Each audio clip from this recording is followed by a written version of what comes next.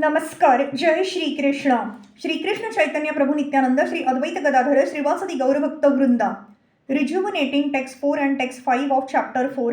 The characteristics of Rishabdev, the supreme personality of Godhead of 5th canto, the creative impetus of Srimad Bhagavatam. Text 4. Nabhistu yathabhilashitam suprajastvam varudhyati pramod भरविहवलो गदगदाक्षरया गिरा स्वैरं गृहीत नरलोकस धर्मम भगवंतं पुराणपुरुषं मायाविलसित मतिरवत्स तातेति सानुरागमुपलालयन परां निरवृत्तिमुपगतः. Due to getting a perfect son according to his desire, King Nabhi was always overwhelmed with transcendental bliss and was very affectionate to his son. It was with ecstasy and a faltering voice that he addressed him, "My dear son, my darling." This mentality was brought about by Yogamaya, whereby he accepted the Supreme Lord, the Supreme Father, to be his own son. Out of his supreme goodwill, the Lord became his son and dealt with everyone as if he were an ordinary human being. Thus King Nabhi began to raise his transcendental son with great affection, and he was overwhelmed with transcendental bliss, joy and devotion. The word Maya is used in the sense of illusion. Considering the Supreme Personality of Godhead to be his own son, Maharaj Nabhi was certainly in illusion, but this illusion was transcendental. This illusion is required, otherwise how can one accept the Supreme Father to be his own son? The Supreme Lord appears as the son of one of his devotees, just as Lord Krishna appeared as the son of Yashoda and Nanda Maharaj. These devotees cannot think of their son as the Supreme Personality of Godhead ever, for such appreciation would hamper their relationship of paternal love. Text 5.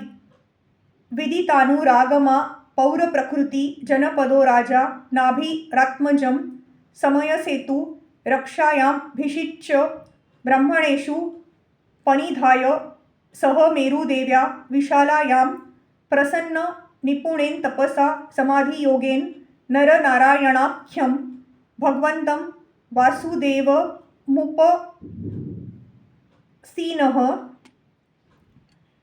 कालेन तन महिमानं वाप.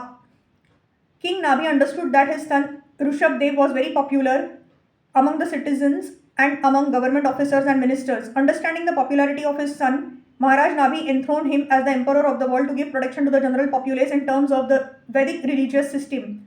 To do this, he entrusted him into the hands of learned Brahmanas who would guide him in administrating the government. Then Maharaj Nabhi, with his wife Meru Devi, went to Badrika Ashram in the Himalaya mountains, where the king engaged himself very expertly in austerities and penances with great jubilation.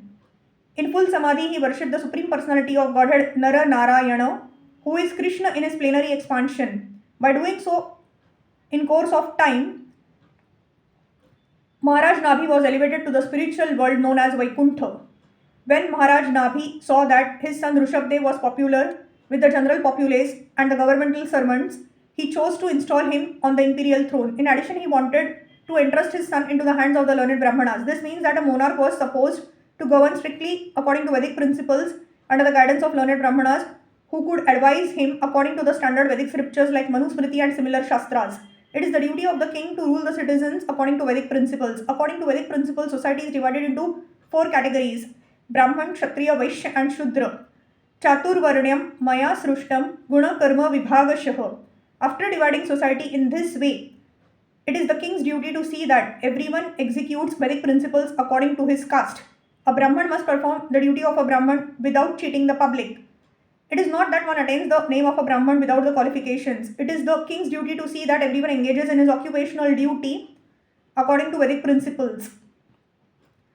In addition, retirement at the end of life is compulsory. Maharaj Nabhi, although still a king, retired from family life and went with his wife to a place called Badrika Ashram in the Himalayas, where the deity Nara Narayan is worshipped. The words Prasanna Nipunen Tapasa indicate that the king accepted all kinds of austerity very expertly and jubilantly. He did not at all mind leaving his comfortable life at home, although he was the emperor. Despite undergoing severe austerities and penances, he felt very pleased at Badrika Ashram and he did everything there expertly. In this way, being fully absorbed in Krishna's consciousness, Samadhi Yoga, always thinking of Krishna Vasudev, Maharaj Nabhi attained success at the end of his life and was promoted to the spiritual world Vaikuntha Lok. This is the way of Vedic life. One must stop the process of repeated birth and death and return home back to Godhead. The words Tana Mahimanam Vapa are significant in this regard. Srila Sridhar Swami says that Mahima means liberation in this life. We should act in such a way in this life that after quitting this body, we will become liberated from the bondage of repeated birth and death. This is called Jivan Mukti. Srila Veera Raghavacharya Acharya states that in the Chandogya Upanishad, there are 8 symptoms of a Jivan Mukta, a person who is already liberated even when living in this body. The first symptom of one so liberated is that he is free from all sinful activity, apahata papa.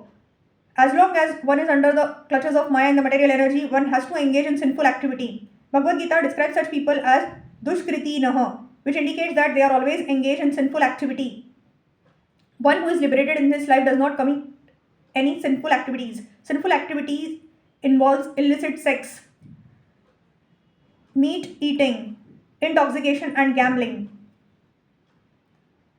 Another symptom of a liberated person is vijara, which indicates that he is not subjected to the miseries of old age. Another symptom is vimrityu. A liberated person prepares himself in such a way that he does not take on any more material bodies which are destined to die. In other words, he does not fall down again to repeat birth and death. Another symptom is vishoka, which indicates that he is callous to material distress and happiness.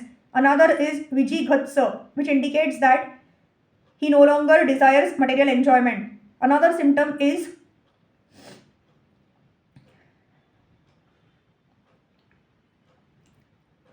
apipata, which means that he has no desire other than to engage in the devotional service of Krishna, his dearmost pursuable Lord. A further symptom is satyakam, which indicates that all his desires are directed to the Supreme Truth Krishna. He does not want anything else. He is Satya Sankalpa. Whatever he desires is fulfilled by the grace of Krishna. First of all, he does not desire anything for his material benefit, and secondly, if he desires anything at all, he simply desires to serve the Supreme Lord. That desire is fulfilled by the Lord's grace. That is called Satya Sankalpa. Srila Vishwanath Chakravarti points out that the word Mahima means returning to the spiritual world, back home, back to Vaikuntha. Shri Shukdev says that the word Mahima means that the devotee attains the qualities of the Supreme Personality of Godhead. This is called Sadharma, or the same quality. Just as Krishna is never born and never dies, his devotees who return to Godhead never die and never take birth within the material world. Hare Krishna, Krishna Krishna, Hare Hare, Hare Ram, Ram Ram, Hare Hare.